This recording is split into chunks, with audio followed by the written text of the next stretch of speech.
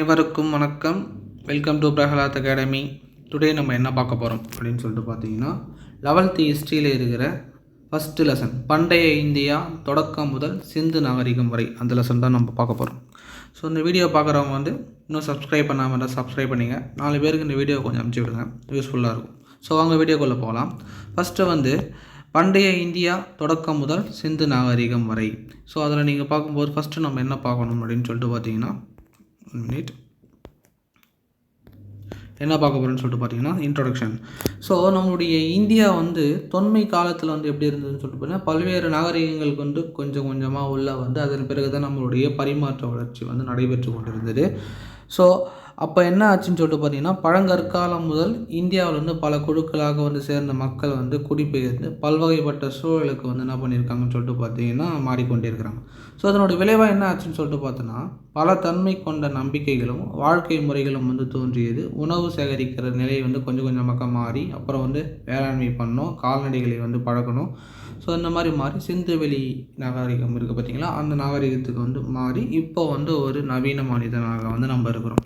So அதற்குண்டான சான்றுகள்லாம் என்னவா கிடைச்சிருக்கு அப்படின்னு சொல்லிட்டு நீங்கள் பார்த்தீங்கன்னா இந்திய வரலாற்றில் கற்கால வாழ்க்கை முதல் சிந்து நாகரிகம் வரை பல்வேறு சான்றுகள் கிடைச்சிருக்கு. அதில் என்னென்னு சொல்லிட்டுன்னா தொல்லியல் ஆய்விடங்கள், நிலவியலுடைய அடுக்குகள், அதன் பிறகு விலங்குகளுடைய எலும்புகள், படிமங்கள், கற்கருவிகள், எலும்பு கருவிகள், பாறை ஓவியங்கள், கைவினைப் பொருட்கள்னு சொல்லிட்டு எக்கச்சக்கமான சான்றுகள் நம்மளுக்கு கிடைச்சிருக்கு.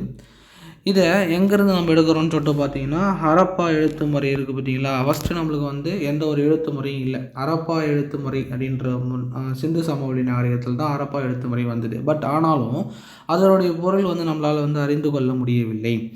அந்த மாதிரியான ஒரு சுச்சுவேஷனாக அப்போ இருந்தது. அப்போது கற்கால மக்களுக்கும் சுற்றுச்சூழலுக்கும் இடையே இருக்கிற உறவு புரிந்து கொள்வதற்காக இந்த தாவரங்கள், வடிவங்கள், அந்த வடிவிலான சான்றுகள் நம்மளுக்கு கிடைக்கிது. இப்போது அதுக்கு பிறகு பைட்டோலித் அப்படின்னு சொல்லிட்டு ஒரு அமைப்பு இருக்குது. பைட்டோலித்னா என்ன அப்படின்னு சொல்லிட்டு பார்த்தீங்கன்னா கல்லாகி போன தாவரங்கள். இந்த தாவரங்களுடைய சான்றுகள்லாம் வச்சு கற்கால மக்கள் எப்படிலாம் இருந்தாங்க, அவங்க எந்த மாதிரியான வேளாண்மை சார்ந்த அறிவை அவங்க வச்சுட்டு இருந்தாங்கன்னு சொல்லிட்டு நம்ம ஈஸியாக கண்டுபிடிக்க முடியும்.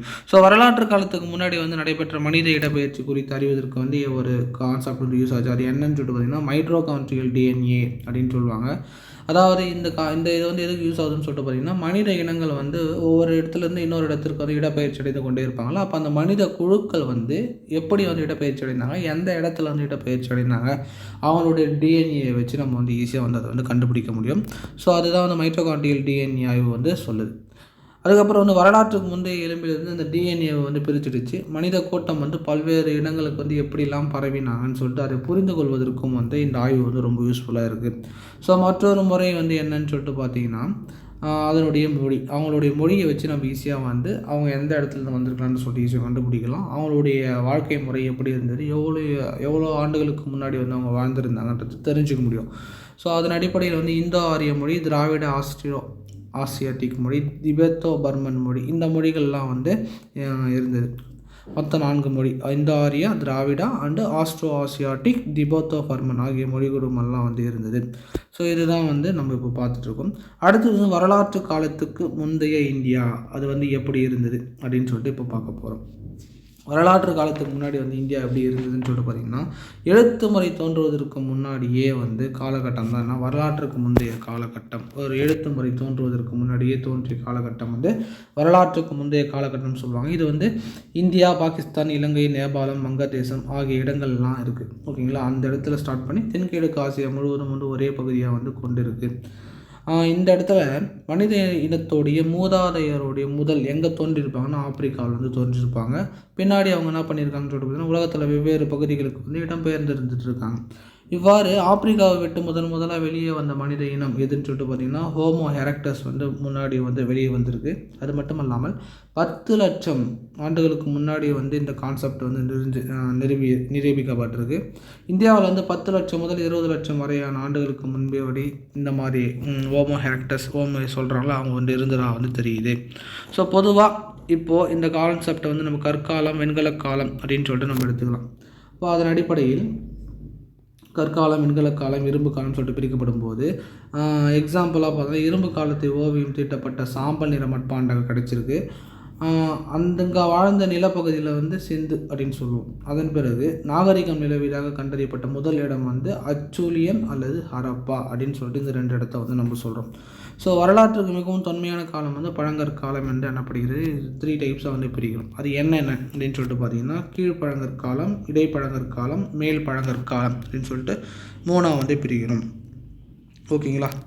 அதன் பிறகு இந்த பாறைப்படிவியல் அப்படின்ற ஒரு கான்செப்ட் இருக்குது. இந்த பாறைப்படிவியல் வந்து என்னன்னு சொல்லிட்டு பார்த்தீங்கன்னா ஆய்வுகள், காலவரிசை, கற்கருவிகள் ஆகியவற்றை அடிப்படையாக கொண்டு இந்த பண்பாடுகள்லாம் வந்து வகைப்படுத்தப்பட்டிருக்கும். அதுதான் வந்து பாறைப்படிவியல் அப்படின்னு சொல்லிட்டு சொல்லுவாங்க. பாக்ஸில் ஒன்று கொடுத்துருக்காங்க, அது பாருங்கள். காட்டு உயிரினங்களும் பழக்கப்படுத்தப்பட்ட உயிரினங்களும் சொல்லிட்டு பார்க்கும்போது காட்டு தாவரங்களுக்கும் விலங்குகளுக்கும் பறவைகளுக்கும் பிற உயிரினங்கள் வந்து இயற்கையாக வந்து வளரும். அப்போ தாவரங்களுக்கு வந்து விலங்கினாலும் மனிதர்களாலும் பெருமளவில் பழக்கப்படுத்தும் போது அப்போ என்னன்னா அந்த வாழ்க்கையல் முறையில் வந்து அந்த உடலியல் கூறுகள் ஜீன்லாம் வந்து மாற்றமடைய செய்கிறது. அப்போ அந்த இயல்பான வளர்ச்சி வந்து பாதிக்கப்படுது. இதன் விளைவாக வந்து காட்டில் இருக்கிற தாவரங்களுடன் வந்து ஒப்பிடும்போது பழக்கப்படுத்தப்பட்ட தாவரங்கள் வந்து விதைகள் அளவில் சிறிதாக வந்து மாறி விலங்குகளை வந்து பழக்கப்படுத்தும் போது அது தங்களுடைய மூர்க்க குணத்தை இழந்து மக்களுக்கு, அதாவது நம்ம வளர்க்குறோம்ல, அவங்களுக்கு வந்து கொஞ்சம் பெட் அனிமலாக வந்து மாறுவதற்கான கான்செப்ட்லாம் அப்படியே கொஞ்சம் கொஞ்சமாக மாறுது. அதன் பிறகு நம்ம பார்க்க போகிறது வந்து என்ன அப்படின்னு சொல்லிட்டு பார்த்தீங்கன்னா கீழ்ப்பழங்கற்கால பண்பாடு. கீழ்ப்பழங்கற்கால பண்பாடுன்னு சொல்லிட்டு பார்த்தீங்கன்னா கற்காலத்தினுடைய தொடக்க காலத்தை சேர்ந்த மனிதர்கள் பயன்படுத்திய பொருள் தான் இது. இந்திய துணைக்கண்டத்தில் பல்வேறு இடத்துல வந்து கிடைச்சிட்ருக்கு. அப்போ கீழ்ப்பழங்கற்கால கட்டத்தில் ஓமோ எரெக்டஸ் அப்படின்ற வாழ்ந்த மூதாதையர்கள் வந்து பழங்கற்காலத்தை சேர்ந்த கருவிகளும் முதல்ல வந்து பயன்படுத்தினாங்க. அதுக்குண்டான சான்று சென்னை அருகே இருக்கிற பல்லாவரத்தில் ராபர்ட் ப்ரூஸ் பூட் என்பவரால் 1863 வந்து முதல்ல வந்து கண்டெடுக்கப்பட்டது. தென்னிந்தியாவின் பல்வேறு பகுதிகளில் வந்து அவர் விரிவான ஆய்வு வந்து மேற்கொண்டிருக்காரு. அப்போது வந்து அந்த கான்செப்டை வந்து முந்தைய கால நாகரிக நிலையில் வந்து பல இடத்துல வந்து அந்த மாதிரி அவர் வந்து கண்டுபிடிச்சிருக்காரு. ஸோ கற்கருவிகள் அப்படின்னு சொல்லிட்டு பார்த்தீங்கன்னா வரலாற்றுக்கு முந்தைய காலம் குறித்த ஆய்வு வந்து பெரும்பாலும் கற்கருவிகள் தான் சார்ந்திருக்கும். அந்த கருவிகள் வந்து எப்படிலாம் இருக்குன்னு சொல்லிட்டு பார்த்தீங்கன்னா மனித மூதாதையர்கள் வந்து பெரிய பெரிய கற்பாரங்களையும் கூழாங்கற்களையும் தேர்ந்தெடுத்து அதை வந்து ஒன்றோட ஒன்று அடித்து உடைச்சி ரொம்ப கூர்மையாக வந்து மாற்றி அது ஒரு கருவியாக வந்து பயன்படுத்தினாங்க. அது வந்து ஒரு கல்லால் வந்து மற்றொரு கல்லால் சீவி தான் வந்து அந்த மாதிரி அந்த கற்கருவிகளை வந்து யூஸ் பண்ணாங்க. அப்போ அப்படி உருவாக்கப்பட்ட கற்கருவிகள் என்னென்னு சொல்லிட்டு போனால் செதுக்கி கோடாரி, சிறு கோடாரி, துண்டாக்கும் கருவி, பிளக்கும் கருவி, இந்த மாதிரியான கருவிகள்லாம் வந்து யூஸ் பண்ணிகிட்டு இருந்தாங்க. அது இல்லாமல் வேட்டையாடுவதற்கும் வேட்டையாடப்பட்ட விலங்குகள் உடலில் இருந்து அந்த தோலை உரிப்பதற்கு என்ன பண்ணியிருக்காங்கன்னா இறைச்சியை வெட்டுவதற்கு தான் என்ன பண்ணுறாங்க அந்த கான்செப்ட், அந்த கிழங்குகளை வந்து நகர்த்தெடுப்பதற்கும் இந்த கல் கருவிகளை வந்து பயன்படுத்தியிருக்காங்க. பழங்கற்கால கற்கருவிகளுடைய ஆக்கம், அதனுடைய உழைப்பு ஆகியவற்றினுடைய அடிப்படையில் தொடக்க காலத்தில் அச்சூலியன் அப்படின்னு சொல்லிட்டு இடைக்கால அச்சூலியன், பிற்கால அச்சூலியன் என்று 3ஆக பிரிக்கலாம். பன்முகம் கொண்ட கோல வடிவம் கொண்ட பொருள், கைக்கோடாரி, வெட்டு கத்திகள், கருவிகள் ஆகியவற்றை வந்து அந்த அச்சூலியன் மரபில் வந்து அடங்கும் அப்படின்னு சொல்லிட்டு சொல்லியிருக்காங்க. மேற்கு தொடர்ச்சி மலையில் கடற்கரை பகுதிகள், அதாவது வடகிழக்கு இந்தியா ஆகிய இடங்களில் வந்து இந்த அச்சூலிய மரபுக்கான அடையாளங்கள் வந்து காணப்படலை. மூலப்பொருட்களின் பற்றாக்குறை ஆகியவை வந்து மக்களுடைய குடியேற்றத்தை வந்து தடுத்திருக்கலாம். ஒரு வேளை வரலாற்றுக்கு முந்தைய காலத்தை சேர்ந்த மக்களுக்கு இந்த பகுதியில் குடியேற வேண்டிய தேவையில்லாமல் இருந்திருக்கலாம். ஸோ அதனால் என்ன ஆச்சுன்னு சொல்லிட்டு பார்த்திங்கன்னா மக்கள் வந்து வாழ்ந்த இடங்களில் வந்து அதிக எண்ணிக்கையில் வந்து மத்திய இந்தியாவிலும் தென்கிழக்கு பகுதியிலும் கண்டறியப்பட்டுள்ளது. இந்த பகுதிகள் தான் அதிக அளவு வந்து மழையை பெறுவதால் வந்து பசுமை மாறாமல் வளத்துடனும் காணப்படுகிறது. ஓகேங்களா? பரவல் அப்படின்னு சொல்லிட்டு பார்த்திங்கன்னா பழைய கற்காலத்தின் வந்து தொடக்கத்தை சேர்ந்த கருவிகள் வந்து கங்கை சமவெளி, தமிழ்நாட்டில் தென்பகுதி, அப்புறம் வந்து மேற்கு தொடர்ச்சி மலையில் இருக்கிற குன்று பகுதிகள், இந்த இடத்துலலாம் வந்து பெரும்பாலான இது வந்து பரவி காணப்பட்டது. அதன் பிறகு சென்னைக்கு அருகே இருக்கிற அதிரம்பாக்கம், பல்லாவரம், குடியம், கர்நாடகாவில் இருக்கிற ஹன்ஸ்கி சமவெளி, இசம்பூரில், அப்புறம் வந்து மத்திய பிரதேசத்தில் இருக்கிற பெம்பேட்கா, இந்த இடத்தெல்லாம் வந்து இந்த அச்சூலிய கருவிகள் வந்து கண்டெடுக்கப்பட்டது. ரொம்ப ரொம்ப இம்பார்ட்டண்ட் இந்த இடங்கள்லாம். ஸோ அடுத்தது பாருங்கள், நம்மளுக்கு கிடைச்ச பின்னாடி வந்து நம்ம படிப்போம் என்னென்னா மண்டை ஓடு இருக்குது பார்த்தீங்களா, ஹோமோசேபியன்ஸ்ன்ற புரைப்படிவத்தோடைய மண்டை ஓடு வந்து இதுதான். அதுக்கப்புறம் வந்து ஹெலிபஸ் நெமடிக்ஸ் அப்படின்ற ஒரு மிகப்பெரிய தந்தத்தை கொண்ட யானை, அதன் பிறகு மிகப்பெரிய கொம்பை கொண்ட ஒபோஸ் நெமடிக்ஸ் என்ற காளை. ஓகேங்களா, இது எல்லாம் வந்து அந்த காலத்தில் இருந்த விலங்குகளாக வந்து சொல்கிறோம்.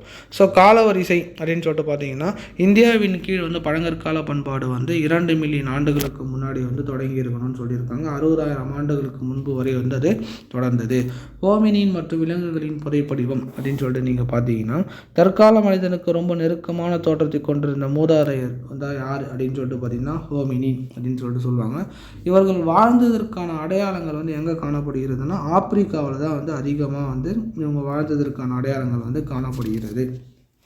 அடுத்தது பார்த்திங்கன்னா, அவை ரொம்ப ரொம்ப அரிதாகவே இருந்தாலும் அதிரம்பாக்கம் இருக்குது பார்த்திங்களா, அந்த அதிரம்பாக்கத்தில் ஹோமினின் வாழ்ந்ததற்கான அடையாளங்கள் வந்து அதிகமாக இருக்குது. புதைப்படிவத்தின் ஒரு பகுதியான ராபர்ட் ப்ரூஸ் போட்டு வந்து கண்டெடுத்து தான் சொல்கிறாங்க. ஆனால் அந்த புதைப்படிவம் வந்து இப்போ எங்கே இருக்குன்னு தெரியல. இந்தியாவில் வந்து நன்கு அறியப்பட்ட ஹோமினுடைய புதைப்படிவம் வந்து எங்கே இருக்குன்னா, மத்திய பிரதேசத்தில் ஹொசங்காபாத் அருகே உள்ள அக்னோராவில் வந்து கண்டெடுக்கப்பட்டிருக்கு. அது ஒரு மண்டையோட்டோட மேல்பகுதி. அதுதான் வந்து நம்ம பார்த்தோம். நர்மரை மனிதன் என்று சொல்லக்கூடிய ஆர்கை ஹோமோசேபியன்ஸ் என்ற மனித இனம் வந்து அங்கே வாழ்ந்ததற்கான ஒரு சான்று வந்து கிடைச்சிருக்கு. இது ரொம்ப ரொம்ப இம்பார்ட்டண்ட். ஓகேங்களா, அடுத்தது வந்து மனிதர்களுடைய மூதாதையருடைய புதைப்படிவங்கள் என்ற வகையில் தற்போது இந்தியாவில் இருக்கிற ஒரே புதைப்படிவம் வந்து இது மட்டும்தான். ஓகேங்களா, நர்மரை மனிதன் ஹொசங்காபாத்தில் வந்து அக்னோராவில் வந்து அது வந்து கிடைச்சிருக்கு. ஓகேங்களா, அடுத்தது வந்து கற்காலத்தினுடைய மக்கள் வாழ்ந்த பழைய சூழலை நம்ம புரிஞ்சு கொள்வதற்காக புதைப்படிவங்கள் வந்து பயன்படுத்தப்படுகிறது. நர்மரை சமவெளியில் மிகப்பெரிய தந்தங்களை உடைய முன்னாடி வாழ்ந்த யானை வந்து எலிபஸ் நமடிக்ஸ். அப்புறம் வரலாற்றுக்கு முந்தைய காலகட்டத்தில் வந்து மற்றொரு மிகப்பெரிய யானை வகையான ஸ்டோகன் கணேசா. அப்புறம் வந்து காட்டு மாடுகள் வகையான போஸ் நமடிக்ஸ். இதெல்லாம் அந்த படத்தில் நம்ம பார்த்தோம். அப்புறம் குதிரை வடிவம் கொண்ட குதிரையான எக்ஸ்தாமெட்டிக்ஸ் அப்படின்ற விலங்குகள் புதைப்படிவங்கள்லாம் வந்து நமக்கு கண்டுபிடிச்சிருக்காங்க. குதிரை வடிவம் பார்க்கும்போது எக்ஸ்னா பற்கள், நீலக்காவ், நீர் எருமைக்கான சான்றுகள்லாம் வந்து அந்த இடத்துல இருக்கிற ஒரு குழம்பு தடங்கள், கால் இருக்குது பார்த்திங்கன்னா, அந்த குழம்பு தடங்கள் இது எல்லாம் வந்து அதிரம்பாக்கத்தில் வந்து காணப்பட்டது. ஓகேங்களா, ஈரப்பதம் வாய்ந்த நிலப்பரப்பு சென்னைக்கு அருகில் இருந்ததை வந்து இது வந்து உணர்த்துகிறது. அடுத்தது நம்ம பார்க்க போகிறது வந்து என்ன அப்படின்னு சொல்லிட்டு பார்த்தீங்கன்னா,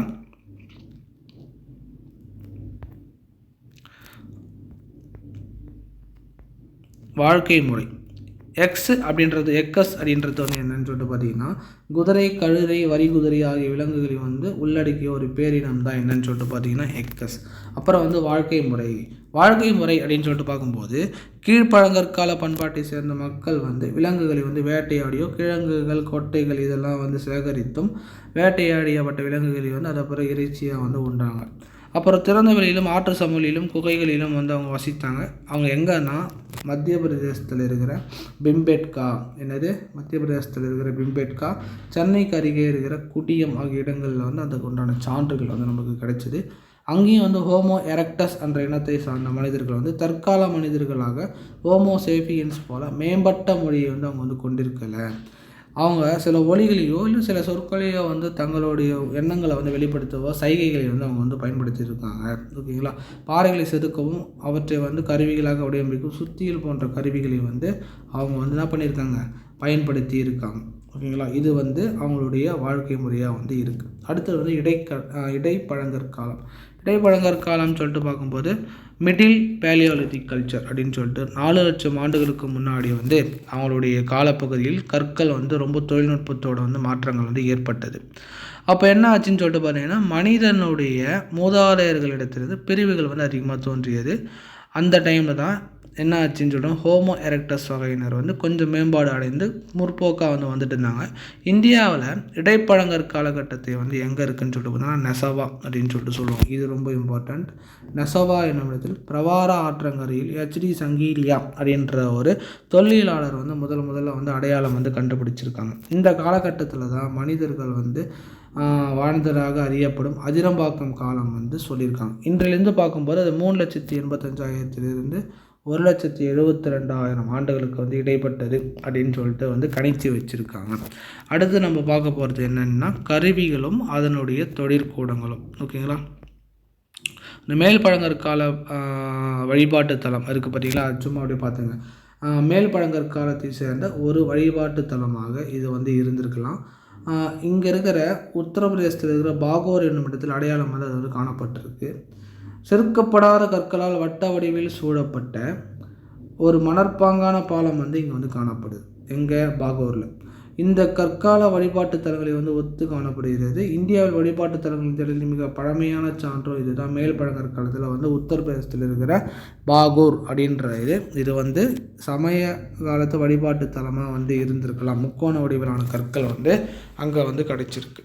கருவி வகைகளும் தொழிற்கூடங்களும் அப்படின்னு சொல்லிட்டு பார்த்தீங்கன்னா, பொதுவாக இங்கே என்ன கிடைச்சிது அப்படின்னு சொன்னால், கை கோடாரி, பிளக்கும் கருவி, துண்டாக்கும் கருவி, சுரண்டும் கருவி, துளையிடும் கருவி, அதன் பிறகு பல்வேறு இது போன்ற அறங்கள் இதெல்லாம் வந்து நம்மளுக்கு என்ன பண்ணுச்சு, அந்த கருவிகளில் வந்து கிடைச்சிருக்கு. ஓகேங்களா. சுரண்டும் கருவி, துளையிடும் கருவி தான் அதிக அளவில் வந்து நம்மளுக்கு வந்து காணப்பட்டது. அதன் பிறகு என்ன நடக்குதுன்னா, அந்த இடைப்பழங்கற்காலத்தில் வந்து செதுக்கும் செயல்பாட்டை அடிப்படையாக கொண்டது தான் அது. அந்த இடைப்பழங்கற்காலம் என்ன செயல்பாடு, செதுக்கும் செயல்பாட்டை அடிப்படையாக கொண்டே வந்து அந்த இது வந்து காணப்படுகிறது. சுரண்டும் கருவிகள் வந்து அதிக அளவில் ரொம்ப ரொம்ப பயன்படுத்தப்பட்டதுங்க.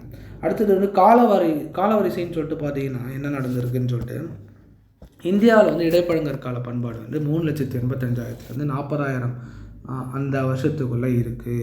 ஆப்பிரிக்காவில் இடைப்பழங்கற்காலத்தில் ஹோமோசேஃபியன்ஸோடு தொடர்பு படுத்தப்படுகிறது. ஐரோப்பாவில் வந்து இது நியாண்டர்தால் வகையோடு வந்து தொடர்பு படுத்தப்பட்டுள்ளது. இதை வந்து காலவரிசை பரவல் அப்படின்னு சொல்லிட்டு பார்த்தீங்கன்னா, இடைப்பழங்கற்காலம் வந்து நர்மதை, கோதாவரி, கிருஷ்ணா, யமுனை உள்ளிட்ட ஆறுகளில் வந்து காணப்படுது. வாழ்க்கை முறையும் முதன்மையான பண்புகளும் அப்படின்னு சொல்லிட்டு நம்ம இப்போ பார்க்குறோம். அப்படின்னு பார்த்தீங்கன்னா, இவங்க வந்து எங்கே வாழ்ந்தாங்க, திறந்த வெளியிலும் அப்புறம் வந்து குகையிலும் வந்து இவங்க வந்து வாழ்ந்தாங்க. அதன் பிறகு பாறை படுகையிலும் வந்து இவங்க வசித்தார்கள். இவர்கள் வந்து வேட்டையாடி உணவை சேகரிப்பவராக இருந்தாங்க. இவங்களுடைய கருவிகள் ரொம்ப சிறியதாக இருந்தது. ஏனைய கருவிகளோடு வந்து இதை வந்து நம்ம ஒப்பிடுறோம். அப்போ வந்து கைக்கோடாரி பயன்படுத்தும் வழக்கம் வந்து இவங்க கிட்ட என்ன ஆச்சுன்னா குறைஞ்சி வந்து காணப்படுது. அப்போ கற்கருவிகளுடைய உற்பத்தியில் வந்து மூலக்கல்லை தயார் செய்வதற்கான தொழில்நுட்பத்தை வந்து இவங்க வந்து பயன்படுத்திட்டு இருந்தாங்க. அப்போ அப்படிப்பட்ட கற்கருவிகள் மூலக்கல் வந்து என்னென்ன அப்படின்னு சொல்லிட்டு நீங்கள் பார்த்தீங்கன்னா, செட்டு, ஜாஸ்பர், கால்சிடேனி, குவார்ட்ஸ் இது எல்லாம் வந்து அப்போ வந்து பயன்படுத்தப்பட்ட அந்த மூலக்கல்லாக வந்து இருந்தது. அப்புறம் வந்து மேல் பழங்கற்கால பண்பாடு அப்படின்னு சொல்லிட்டு பார்த்தீங்கன்னா, இடைப்பழங்கற்காலத்தை தொடர்ந்து அந்த பண்பாட்டோடைய நிலை தான் வந்து என்னென்னா மேற்பழங்கற்கால பண்பாடு. ஓகேங்களா. அப்போது அந்த கருவிகளுக்கான தொழில்நுட்பம் புதுமையும் அந்த அறிவாற்றலையும் வந்து அப்போ அந்த மக்கள் வந்து பெற்றிருந்தாங்க. ஏறத்தாழ 3 லட்சம் ஆண்டுகளுக்கு முன்னாடி ஆப்பிரிக்காவில் வந்து சகாரா பாலைவனப்பகுதியில் தோன்றிய நவீன மனிதர்கள் தான் வந்து இவங்க. 60,000 ஆண்டுகளுக்கு முன்னாடி வந்து ஆசியாவுடைய பல்வேறு பகுதிகளுக்கு வந்து குடியேறி இருக்கலாம்னு சொல்லிட்டு சொல்கிறோம். இதுதான் வந்து மேல் பழங்கற்கால பண்பாடு. இந்த குழுக்கள் வந்து இந்தியாவுடைய மேல் பழங்கற்கால காரணமான இருந்துக்க வாய்ப்பாக வந்து இருக்குது அப்படின்னு சொல்லிட்டு ஒரு ஜஸ்டிஃபிகேஷன் பண்ணுறாங்க. கற்கருவிகளும் தொழிற்கூடங்களும் சொல்லிட்டு பார்க்கும்போது கத்தி, வாள் போன்ற வெட்டுவாய் கொண்ட இரும்பாலானவையாகவும் வந்து இது வந்து அமைந்திருந்தது. அப்போ என்ன ஆச்சுன்னா, சிலிக்கான் அப்படின்ற ஒரு இது இருக்குங்க. அந்த சிலிக்கான் போன்ற மூலப்பொருட்களை கொண்டு தான் இவங்க என்ன பண்ணாங்கன்னா அந்த கருவிகள்லாம் வந்து கிரியேட் பண்ணியிருக்காங்க. கருவிகளில் வந்து விலங்குகளுடைய எஞ்சிய பகுதிகளும் ஆந்திர பிரதேசத்தில் உள்ள கர்னூல் குகையில் வந்து இது வந்து என்ன பண்ணியிருக்காங்க, கண்டுபிடிச்சிருக்காங்க. அப்போ இதில் மேல் பழங்கற்கால பண்பாடு வந்து எந்த இடத்துல வந்து கண்டுபிடிச்சிருக்காங்கன்னா, ஆந்திர பிரதேசத்தில் உள்ள கர்னூல் குகையில் வந்து கண்டுபிடிக்கப்பட்டது. ஞாபகம் வச்சுக்கோங்க. காலவரிசை அப்படின்ட்டு நீங்கள் பார்த்தீங்கன்னா, மேல் பழங்கற்காலத்துக்கான சான்றுகள் வந்து பல பகுதிகளில் கிடைச்சாலும் 40,000 10,000 ஆண்டுக்கு உட்பட்ட காலம் தான் வந்து இந்த மேல் பழங்கற்காலம் வந்து நிலவி இருக்கலாம் அப்படின்னு சொல்லிட்டு ஒரு திட்டவட்டமான ஒரு உறுதி இருக்கிறது.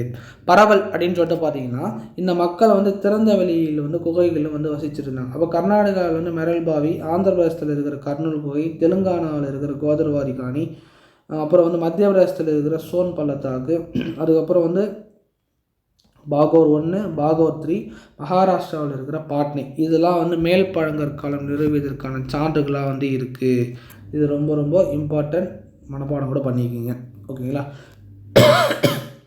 அடுத்தது கருவிகள் அப்படின்னு பார்க்கும்போது, நவீன மனிதர்களுக்கு நெருக்கமான தோற்றத்தை வந்து கொண்டிருந்த ஹோமினின்களுடைய புதை படிவங்கள் வந்து இங்கே என்ன பண்ணியிருக்குன்னா கண்டுபிடிச்சிருக்காங்க. ஓகேங்களா. அடுத்தது வந்து நம்ம பார்க்க போகிறது தீக்கோழி முட்டை ஓடுகள் அப்படின்னு சொல்லிட்டு இருக்காங்க. தீக்கோழி முட்டை ஓடுகள்னால் ஒன்றும் கிடையாதுங்க. இந்தியாவில் வந்து அந்தந்த டைமில் வந்து அந்த முட்டைகள் பயன்படுத்தியிருப்பாங்க. அப்போ அந்த வரலாற்றுக்கு முந்தைய கால பண்பாடு நிலவிய இடத்துல வந்து அந்த தீக்கோழியோடைய முட்டை இருந்ததற்கான சான்று வந்து கிடச்சிருக்கு. அந்த பறவையோடைய ஓடுல வந்து மணிகள் செய்யப்பட்டு பயன்படுத்தப்பட்டிருக்கு அப்படின்னு சொல்லிட்டு சொல்லியிருக்காங்க. பாட்னேயில் கிடைத்த அந்த தீக்கோழி முட்டையில் ஓட்டின் காலம் வந்து 25,000 ஆண்டுகள் என்று வந்து சொல்லுது. இப்போ பிம்பேட்கா, பாட்னே இந்த 2 இடங்கள்லையும் தீக்கோழி முட்டை ஓடுகள் வந்து கிடைச்சிருக்கு. ஓகேங்களா, அந்த ஓட்டில் வந்து அந்த கோடெல்லாம் போட்டு பயன்படுத்தியிருக்கான சான்றுகள் வந்து இங்கே வந்து கொடுத்துருக்காங்க பாருங்கள். அழகாக சின்ன சின்ன ஓடு சின்ன சின்ன வடிவங்கள்லாம் போட்டு காணப்படுது. அடுத்தது நம்ம பார்க்க போகிறது வந்து என்னென்னா, இலங்கையில் வந்து முன்னாடி வந்து பார்த்த கான்செப்ட் மெல்லிய கீறல்கள் மூலமாக அந்த வரையப்பட்ட தீக்கோழியின் முட்டை ஓடுகள் வந்து கிடைச்சிது. இப்போ அதை தான் நம்ம பார்த்தோம். ஆந்திர பிரதேசத்தில் உள்ள ஜீவலாபுரம், மகாராஷ்டிராவில் இருக்கிற பாட்னி, இலங்கையில் உள்ள பாடம்போலேனா, பாஹியான் குகை ஆகிய இடத்துலலாம் வந்து இது வந்து கண்டுபிடிக்கப்பட்டிருக்கு. ஸோ வாழ்க்கை முறைகளும் முக்கிய பண்புகளும் சொல்லிட்டு பார்த்தீங்கன்னா, மேல் பழங்கற்கால மனிதர்கள் வந்து கலை சார்ந்த செயல்பாடுகளில் இருந்து ஈடுபடுத்துறதுக்கான சான்றுகள் வந்து அதிகமாக ஓவியங்கள் மூலமாக வந்து கிடைச்சிருக்கு. அங்கே மணிகளும் அணிகலன்களும் வந்து கண்டெடுக்கப்பட்டிருக்கு. கல்லில் வந்து வெட்டு கருவிகள் செய்யும் தொழில்நுட்பக்கூடங்கள்லாம் வந்து அந்த டைமில் வந்து இருந்ததற்கான சான்றுகள் இருக்குது. அதில் ரொம்ப இம்பார்ட்டண்ட் அது என்ன, பிம்பேட்காவை சேர்ந்த பச்சை நிற ஓவியங்கள் வந்து மேல் பழங்கற்காலத்தை சேர்ந்தவையாக வந்து கருதப்படுகிறது. ரொம்ப இம்பார்ட்டண்ட். அதன் பிறகு இடைப்பழங்கற்கால பண்பாடு. இந்தியாவில் இடைக்கற்கால பண்பாடு தொடர்புடைய இடம் சொல்லிட்டு பார்த்தீங்கன்னா கொஞ்சம் இடம் தான் இருக்குது. கடற்கரை பகுதி, மலை மணற்பாங்கான இடம், வடிநீர் இந்த வனப்பகுதி, ஏரி பகுதி, மலை சார்ந்த பகுதி, கனிமுக பகுதி, இதில் எந்த ஒரு வேறுபாடும் இல்லை. எல்லா இடத்துலையும் கொஞ்சம் கொஞ்சமாக இருந்தாங்க. இந்தியாவில் வந்து எங்கன்னு சொல்லிட்டு பார்த்தீங்கன்னா பைஸ்ரா, அது வந்து எங்கே இருக்குன்னா பீகாரில் வந்து இருக்குது. லக்னஜ் குஜராத்தில் இருக்குது. அப்புறம் பாகர் டு சோபானி மண்டோ, சாராய் நகர், ராய் மகரதா, அப்புறம் தம்மதா, இது எல்லாமே எங்கே இருக்குன்னா உத்தரப்பிரதேசத்தில் வந்து இருக்குது. சனகலக்கல்லு ஆந்திரத்தில் வந்து இருக்குது. கிப்பனஹள்ளின்றது கர்நாடகாவில் இருக்குது. இது எல்லாமே வந்து இடைக்கற்கால பண்போடு வந்து தொடர்புடைய ஊருங்க. இதில் ஆதம்கார் பிம்பெட்கா வந்து மத்திய பிரதேசத்தில் இருக்குது. இது வந்து பாறை வாழிடங்கள் வந்து இருந்ததற்கான சான்றுகள் வந்து கிடைக்கிறது. மும்பையில் வந்து கடற்கரை பகுதிகள் வந்து இருக்குது. அப்புறம் வந்து தமிழ்நாடு அப்படின்னு சொல்லிட்டு பார்த்தீங்கன்னா தூத்துக்குடி பகுதியில் இருக்கிற தேரி மணர்மேடுகள் ரொம்ப ரொம்ப இம்பார்ட்டன்ட். ப்ரீவியஸ் இயர் கொஸ்டின் பேப்பரில் கேட்டிருக்காங்க. அப்புறம் வந்து விசாகப்பட்டினம், ஆந்திர பிரதேசம் ஆகிய இடங்களில் வந்து இந்த நுண்கற்கால சான்றுகள் வந்து கிடைத்ததற்கான சான்றுகள் இருக்குது. ஸோ தேரிகள் என்பவை வந்து மணற்குன்றுகளால் வந்து உருவாக்கப்படும் கடற்கரையோர பகுதி. அப்போ இந்த இருக்கிற மண்ணோடைய வகை வந்து எப்படி இருக்குன்னு சொல்லிட்டு பார்த்தீங்கன்னா புத்தூரின் 2ஆம் கட்டத்தில் உருவாகி இருக்கலாம் அப்படின்னு சொல்லிட்டு நம்பப்படுகிறது. அப்புறம் வந்து நம்ம பார்க்க போகிறது வந்து இடைப்பழங்கற்கால பண்பாடில் வந்து கால வரிசை வந்து பார்க்கணும். இது எப்போ ஸ்டார்ட் ஆச்சு அப்படின்னு சொல்லிட்டு மனிதர்கள் வந்து அடிக்கடியே வந்து என்ன பண்ணுறாங்க, இடம்பெயர்ந்து கொண்டு இருப்பாங்களா. ஸோ அப்போ அந்த டைமில் தான் வந்து கிழக்கு பகுதி ஒரு நிமிஷம் இருக்கு பாருங்கள். சில பகுதியில் வந்து மழை மிக அதிகமாக இருந்தது. அப்போ மேற்கு ராஜஸ்தானில் வந்து திக்வானா என்னும் இடத்துல வந்து இன்றைக்கு முன் என்ன ஆச்சுன்னு சொல்லிட்டு பார்த்திங்கன்னா 10,000 வந்து தோன்றியது. அது 3,500 ஆண்டு இடைப்பட்ட காலத்தில் வந்து இந்த நன்னீர் ஏரிகள் இருந்திருக்கான மேற்கு ராஜஸ்தானில் இருக்கிற தித்வானா என்னும் இடம் ரொம்ப ரொம்ப இம்பார்ட்டன்ட் கேட்பாங்க. அப்புறம் வந்து இங்கே இருக்கிற எலும்புகள், அப்புறம் வந்து இடைக்கற்காலத்தின் வறண்ட இலையுதிர் காடுகளோட இதுவாக இருந்ததுன்னு சொல்கிறாங்க. அடுத்தது வந்து கால வரிசை அப்படின்ட்டுன்னு பார்த்தீங்கன்னா நம்ம என்ன பார்க்க போகிறோம் அப்படின்ட்டு, உலகில் இடைக்கற்காலத்தோடைய பண்பாடு வந்து காலம் வந்து இடத்துக்கிடம் வந்து மாறுபடுது. அப்போது இந்த டைமில் என்ன ஆச்சுன்னு சொல்லிட்டு பார்த்தீங்கன்னா கிழக்கு மத்திய தரைக்கடல் பகுதியான லெவன்டின் அப்படின்ற இடத்துலேருந்து 20,000 9,500 நிலவை தான் வந்து கணக்கிடப்படுகிறது. அப்போ அந்த இந்தியாவுடைய இந்த பண்பாடு வந்து ஏறத்தாழ எப்படி இருக்குதுன்னா 10,000 தோன்றியது. தமிழ்நாட்டில் வந்து இது வந்து 1000 வரை வந்து, அதாவது இரும்பு காலத்தோடைய தொடக்கம் வரை வந்து இருக்குது. ஸோ 28,500 ஆண்டுகளுக்கு வந்து முன்பு ஓரளவுக்கு தோன்றியதாக வந்து சொல்லியிருக்காங்க. பொருளாதாரம் வந்து எப்படி இருந்ததுன்னு சொல்லிட்டு பார்த்தீங்கன்னா காட்டு விலங்குகள் வந்து வேட்டையாடுறது, தாவர உணவுகளை வந்து சேகரித்தல், அடுத்து வந்து மீன் பிடிக்கிறது, இந்த மாதிரியான முக்கிய தொழிலாக வந்து இருந்தது. இடைக்கற்காலத்தில் வந்து பண்பாட்டோடைய தொடக்க நிலையில் வந்து வேளாண்மை வந்து செய்யப்படலை. பிறகு விலங்குகள்லாம் வந்து பழக்கப்படுத்திய பிறகு தான் வந்து என்ன ஆச்சுன்னு சொல்லிட்டு பார்த்தீங்கன்னா அந்த வேளாண்மைலாம் வந்து செய்யப்பட்டது. ஓகேங்களா, அதன் பிறகு இதை சும்மா அப்படியே ரீட் பண்ணிங்க, அந்தளவு உள்ள எதுவும் இருக்காது.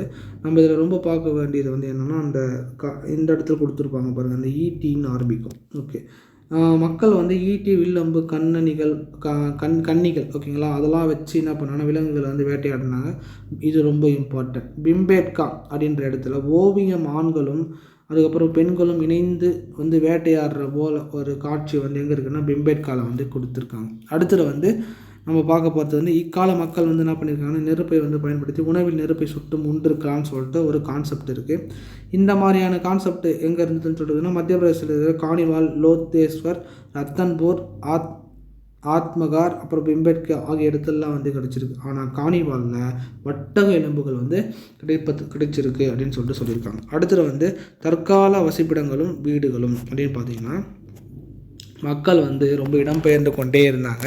அந்த டைமில் வந்து அவங்களுக்கு உணவுக்காக வந்து என்ன பண்ணியிருந்தாங்க விலங்குகளையும் தாவரங்களையும் வந்து தேடி வந்து வேட்டையாடி தான் அப்புறம் வந்து அதை வந்து சேகரித்து வந்து வாழ்ந்துருந்தாங்க. இவங்க வந்து வாழ்ந்த பகுதி வந்து குடிசைகளாக இருந்தது. குகைகளிலும் பாறை குடைவுகளிலும் வந்து இவங்க தங்கினாங்க. தாங்கத்தூணுக்கு என்ன பண்ணியிருக்காங்கன்னா, குழியுடன் கூடிய வட்ட குடிசைகள், நாணல் பதிக்கப்பட்ட தடங்களுடன் கூடிய என்ன பண்ணியிருப்பாங்கன்னா, அந்த நாணல் வந்து கட்டிடுவாங்க. அதுக்கு மேலே வந்து அந்த சுட்டம்மண், அதாவது களிமண்லாம் எடுத்து பூசி திண்டுகள்லாம் வந்து அமைக்கப்பட்டு, அதன் பிறகு வந்து அந்த குகைகளில் வந்து அவங்க வந்து வாழ்ந்துட்டு இருந்தாங்க. ஸோ இந்த மாதிரியான இது வந்து யாருடைய காலத்தில் இருந்ததுன்னு சொல்லிட்டு பார்த்தீங்கன்னா, இடைக்கற்கால பண்பாட்டில் வந்து இருந்தது. இதில் எங்கெல்லாம் ரொம்ப முக்கியம்னு சொல்லிட்டு பார்த்தீங்கன்னா, உத்தரப்பிரதேசத்தில் உள்ள சோப்பானி மண்டோ, தம்மதா, ராஜஸ்தானில் உள்ள பாகோர், தில்வார் ஆகிய இடத்துலலாம் வந்து இந்த மாதிரியான இடம் வாழ்ந்ததற்கான இடங்கள்லாம் கண்டுபிடிச்சிருக்காங்க. இறந்தோரை வந்து இவங்க எப்படி புதைத்தாங்கன்னா, ஃபஸ்ட்டு புதைச்சாங்க. இறந்தோரை வந்து இவங்க வந்து எரிகளை புதைத்தாங்க. அவங்களுடைய நம்பிக்கைகள், சக மனிதர்களுடைய சிந்தனைகள் வந்து அதை வந்து நம்மளுக்கு வந்து உணர்த்துது. உத்தரப்பிரதேசத்தில் வந்து மகரதா, தம்மதா, சாராய் நகர் இந்த இடத்துலலாம் வந்து மனிதனுடைய எலும்புக்கூடுகள் வந்து கிடைச்சிருக்கு. ஒரு ஆணும் பெண்ணும் வந்து சேர்த்து புதைத்ததற்கான சான்று எங்கே கிடைச்சிருக்குன்னா, மகரதாவில் வந்து கிடைச்சிருக்கு. ஒரு புதைக்குழியில் வந்து தந்தத்தாலான பதக்கமும் வந்து கிடைச்சிருக்கு. இவங்களுடைய கலை வந்து எப்படி இருந்தது அப்படின்னு சொல்லிட்டு நம்ம பார்த்தீங்கன்னா, ரொம்ப ரொம்ப இது இம்பார்ட்டன்ட். இவர்களுடைய கலை வந்து மனித வாழ்க்கையோடு ஒருங்கிணைந்த ஒரு பகுதியாக வந்து இருக்குது. பழங்கால மனிதர்கள் வந்து கலை வேறுபாடுகள் குறித்து சான்றுகள் வந்து எங்கே இருக்குன்னா, ஐரோப்பாவில் தான் கிடைச்சிருக்கு. வடிவியல் வேலைப்பாடுன்னு கூடிய ஒரு படிகக்கல் வந்து எங்கே இருக்குன்னா, ராஜஸ்தானில் வந்து கிடைச்சிருக்கு. அது எங்கன்னா சந்திராவதி அப்படின்ற ஒரு ஊர், அந்த இடத்துல வந்து கிடைச்சிருக்கு.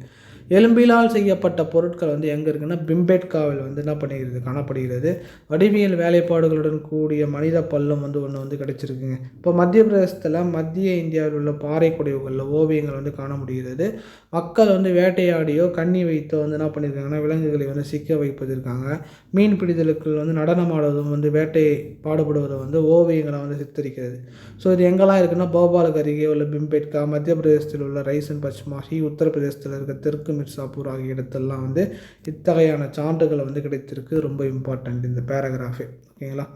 அடுத்தது வந்து வரலாற்று காலத்தை சேர்ந்த வேட்டையாடிகள், சேகரிப்பாளர்கள் அதை வந்து பார்க்கணும். அப்படின்னு சொல்லிட்டு பார்த்தீங்கன்னா, இதில் வந்து ரொம்ப இம்பார்ட்டண்ட் வந்து என்ன அப்படின்னு சொல்லிட்டு பார்த்தீங்கன்னா, 19ஆவது நூற்றாண்டில் இருந்த 20ஆம் நூற்றாண்டு அந்த டைமில் இருந்தால் வந்து என்ன பண்ணியிருக்காங்கன்னா, அத்தகைய பல குழுக்கள் வாழ்ந்ததற்கான எட்கர் தஸ்டன் அப்படின்ற வந்து ஒரு புக் எழுதியிருக்காரு. அது என்னென்னா, தென்னிந்தியாவின் சாதிகளும் பழங்குடிகளும் ஒரு புக்கு. இது ரொம்ப ரொம்ப இம்பார்ட்டண்ட், கேட்பதற்கான அதிகமான வாய்ப்பு இருக்குது. ஓகேங்களா. இந்த புக்கு மூலமாக வந்து மக்களை வந்து எப்படி இருந்தாங்கன்றது நம்ம வந்து தெரிஞ்சுக்கலாம். ஸோ இடைக்கற்கால பண்பாடு இருக்குது பார்த்தீங்களா, அது வந்து பண்பாட்டினுடைய சிறப்பு இயல்புகள்னு பார்த்தீங்கன்னா, இடைக்கற்கால மக்கள் வந்து ஓரளவுக்கு வந்து நிரந்தர மற்றும் தற்காலிக குடியிருப்பாளராக இருந்திருக்காங்க. குகைகளிலும் திறந்த வெளிகளிலும் வந்து வசித்திருக்காங்க. இறந்தோரை வந்து குறைச்சிருக்காங்க. அவர்களுக்கு கலைத்திறன் வந்து இருந்திருக்கு. விரிவான புவியியல் பகுதிகளில் வந்து அவர்கள் வந்து பரவி காணப்பட்டிருந்தாங்க. இக்காலகட்டத்தில் தான் வந்து இந்தியாவில் வந்து பல பகுதிகளில் வந்து தொடர்ச்சியான தொடர்ச்சியை வந்து காண முடிகிறது. அவர்களுடைய நுண்கருவிகள் சிறிய விலங்குகளையும் பறவைகளையும் வேட்டையாட உதவியது. ஏன்னா கருவிகள் வந்து அந்த டைமில் வந்து ரொம்ப ரொம்ப ரொம்ப சிறியதாக வந்து காணப்பட்டது. ஸோ இதுதான் வந்து கான்செப்ட். ஓகே. அடுத்தது வந்து தொடக்க நிலை, புதிய கற்கால பண்போடும் வேளாண்மையின் தொடக்கம். இதெல்லாம் நீங்கள் பார்த்தீங்கன்னா இந்திய நாட்டில் இருக்கிற பல்வேறு இடத்துல இருக்கிற கான்செப்ட்லாம் வரும். இது வந்து நம்மளுடைய சிலபஸில் இல்லை. நம்மளுடைய சிலபஸில் வந்து என்ன இருக்குதுன்னு சொல்லிட்டு பார்த்தீங்கன்னா, தென்னிந்திய அப்படின்னு சொல்லிட்டு கான்செப்ட் தானே. ஸோ அப்போ அந்த தென்னிந்தியாவில் புதிய கற்காலம் இதிலிருந்து தான் நம்ம வந்து பார்க்கணும். ஓகேங்களா. ஸோ அதனால் அதை மட்டும் இப்போ நம்ம பார்ப்போம். தென்னிந்தியாவில் புதிய கற்காலம் அப்படின்னு சொல்லிட்டு நம்ம பார்க்கும்போது, புதிய கற்கால பண்பாடு வந்து தென்னிந்தியாவின் முக்கியமாக அங்கங்களாக இருக்குதுன்னு சொல்லிட்டு பார்த்தீங்கன்னா, ஆந்திர பிரதேசம், கர்நாடகா, தமிழ்நாட்டில் வந்து வடமேற்கு பகுதியில் வந்து நிலவீடாக வந்து கண்டறியப்படுகிறது. ஒரு சாம்பல் மேட்டை சுற்றிலும் வந்து ஒரு குடியிருப்புகள் வந்து சூழ்ந்திருக்கும் கட்டமைப்பாக வந்து காணப்பட்டது. இப்போ புதிய கற்கால வளாகத்தில் வந்து ஒரு பகுதியாக வந்து 200க்கும் மேற்பட்ட அடையாளங்கள் வந்து காணப்பட்டது. இது எல்லாமே நீராதாரங்களுடன் கூடிய கருங்கல் குன்றுகளுக்கு அருகே வந்து அமைந்திருக்கு. ஓகேங்களா. இந்த இடத்துல வந்து கோதாவரி, கிருஷ்ணா, பெண்ணாறு, துங்கபத்திர, காவிரி இந்த சமவெளிகளில் வந்து அவங்க வந்து வாழ்ந்துட்டு இருந்தாங்க.